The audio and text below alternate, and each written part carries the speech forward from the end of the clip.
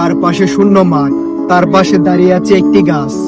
তার কোনো বন্ধু নেই, তার কোনো প্রিয় মানুষ নেই, তার কোনো দুঃখ বোঝার মতন কোনো প্রতিবেশীও নেই, ঠিক যেন নিঃসঙ্গ মানুষের মতো। রবীন্দ্রনাথ লিখেছেন, মানুষের গভীর সত্য জন্ম নেয় নীরবতায়, কিন্তু কেউ জানে না এই নীরবতায় কতটুকু ভাঙা জমে থাকে। এই গাছটি নীরব, কথা বললে কে বা শুনবে, ঠিক মানুষের মতো। মানুষরাও তো ঠিক এমনই হয়, হাজারটা কষ্ট তাদের মনের ভিতরে থাকে, কিন্তু বলার মতো কেউ থাকে না। ঠিক তেমনি এই গাছটি একা দাঁড়িয়ে থাকে, তার ভিতরে তো কষ্ট বেদনা আছে, কিন্তু সে কাউকে বলতে পারে না।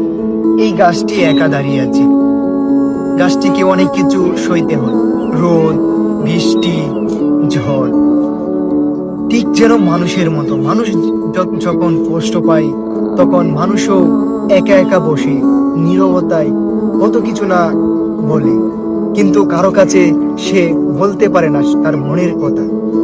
তখন কাউকে কোনো কিছু বলতে গেলেও সে কোনো কিছু বলতে পারে না, তার মুখে তখন হাসি থাকে না, তার চোখে তখন হাসি থাকে না, তখন তার কত কিছু সইতে হয়, ঠিক যেন এই গাছটির মতো।